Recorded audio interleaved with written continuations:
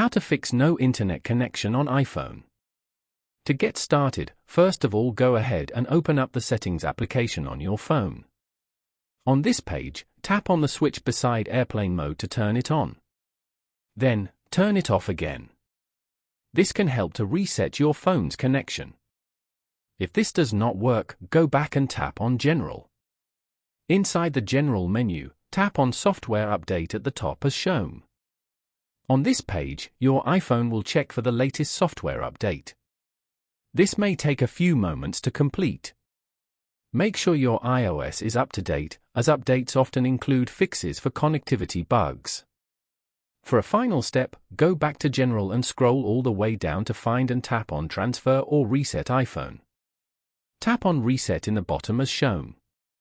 Select Reset Network Settings and enter your passcode to confirm this action.